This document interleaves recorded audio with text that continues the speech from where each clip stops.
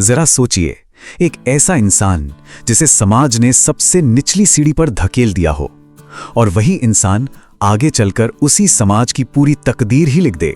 आज हम बात करते हैं डॉक्टर अंबेडकर की उसी हैरान कर देने वाली संघर्ष की कहानी के बारे में। और जानते हैं, उनकी कहानी ना एक बहुत बड़ा सवाल खड़ा करती है। क्या वाकई एक अकेला इंसान पूरे समाज की सोच और उसकी बनावट को बदल सकता है? और यही सवाल इस पूरी कहानी के बिल्कुल सेंटर में है। तो इस सवाल का जवाब हमें मिलता है उनके बचपन की सच्चाइयों में, उस इंसान के बचपन में जिसे समाज ने अछूत का तमगा दे दिया था।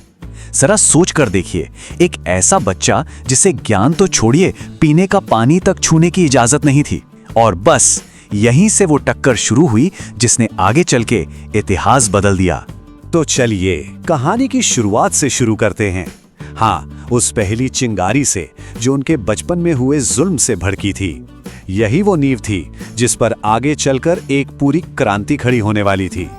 और देखिए, ये भेदभाव कोई कहानी नहीं थी, ये उनकी रोज की जीती जागती सच्चाई थी। सोचिए, स्कूल में क्लास के एक कोने में अलग बिठाया जाना, उस पानी के मटके को छू तक ना पाना जहां से सब पानी पीते थे, और सबसे बड़ी बात, अपने ऊपर अछूत होने का वो टैग, वो बोझ जो समाज ने बचपन में ही लाद दिया था।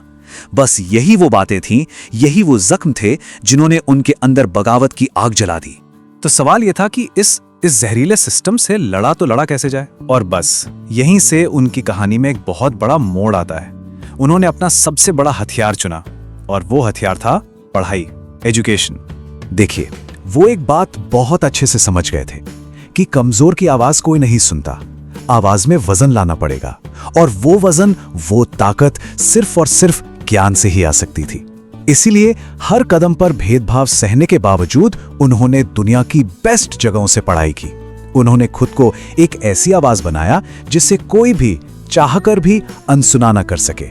और उनका पूरा का पूरा फलसफा, उनकी पूरी सोच बस इस एक लाइन में आ जाती है: शिक्षित बनो, संगठित रहो और संघर्ष करो। ये सिर्फ 3 शब्द नहीं थे, ये तो उनके पूरे आंदोलन का, उनकी पूरी लड़ाई का एक तरह से कहें तो ब्लूप्रिंट था।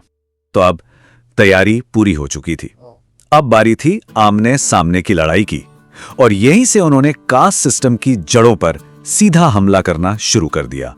और इसका सबसे बड़ा, सबसे पावरफुल एग्जाम्पल है 1927 का महाड़ सत्याग्रह। जरा सोचिए, अन्याय कितना गहरा था कि मुद्दा सिर्फ एक पब्लिक तालाब का पानी था जिसे दलित छू नहीं सकते थे। अंबेडकर ने इस बेइज्जती के खिलाफ हजारों लोगों को इकट्ठा किया। वो सबको लेकर उस तालाब तक गए और सबके सामने उस पानी को पिया जिसे पीना मना था। ये सिर्फ पानी पीना नहीं था, ये तो सदियों से चली आ रही सामाजिक गुलामी की जंजीरों पर सबसे पहली और सबसे जोरदार चोट थी। और हाँ, ये लड़ाई सिर्फ पानी तक नहीं रुकी। इसके बाद उन्होंने उन मंदिरों के दरवाजे खटखटाए जहां दलितों को घुसने तक नहीं दिया जाता था। उनका सवाल एकदम सीधा था और बहुत चुभने वाला था कि अगर भगवान की नजर में सब एक हैं, तो फिर इंसानों ने ये भेदभाव की दीवारें क्यों खड़ी कर दी हैं? लेकिन अंबेडकर एक बात बहुत अच्छे से जानते थे कि सड़कों पर लड़ाई जीतना जरूरी तो है, पर असली और परमानेंट बदलाव के लिए इस लड़ाई को देश की संसद और अदालतों तक ले जाना होगा। वो समझ गए थे कि अधिकार मांगने से नहीं मिलते, अधिकार तो कानूनों से हासिल किए जाते हैं। उनकी सोच ना बिल्कुल क्रिस्टल क्लियर थी। लोगों का दिल बदलना, समाज को समझाना बुझाना, ये सब अच्छी बातें हैं, लेकिन ये रेत के महल की तरह हो सकता है जो आज है और कल ढह जाए। असली टिकाऊ बदलाव तो पत्थर की नींव पर खड़ा होता है, और वो नींव है कानून।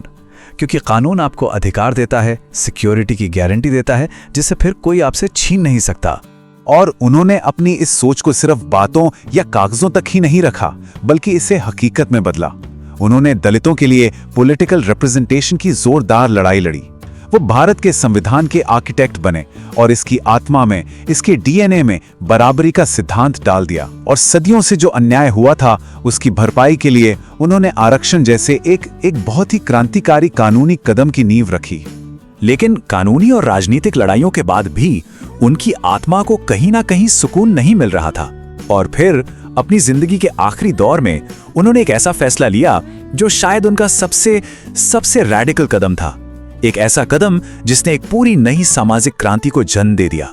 साल था 1956 और वो इस नतीजे पर पहुंचे कि जिस धर्म की नींव ही जाति पाति पर टिकी हो, उसमें रहकर सच्ची बराबरी कभी नहीं मिल सकती। और इसीलिए उन्होंने एक ऐतिहासिक, एक बहुत बड़ा फैसला लिया और अपने लाखों फॉलोअर्स के साथ बौद्ध धर्म अपना लिया। देखिए, ये सिर्फ एक धर्म परिवर्तन नहीं था, ये तो जाति व्यवस्था की बेड़ियों को हमेशा हमेशा के लिए तोड़ फेंकने का एक खुला ऐलान था। तो इस कमाल की जिंदगी से, इस असाधारण जीवन से हम क्या सीख सकते हैं? डॉक्टर अंबेडकर हमारे लिए आखिर क्या विरासत छोड़कर गए हैं? चलिए जरा इस पर बात करते हैं। उनकी कहानी सबसे पहले तो ये सिखाती है कि अन्याय के खिलाफ चुप रहना शायद सबसे बड़ा गुनाह है।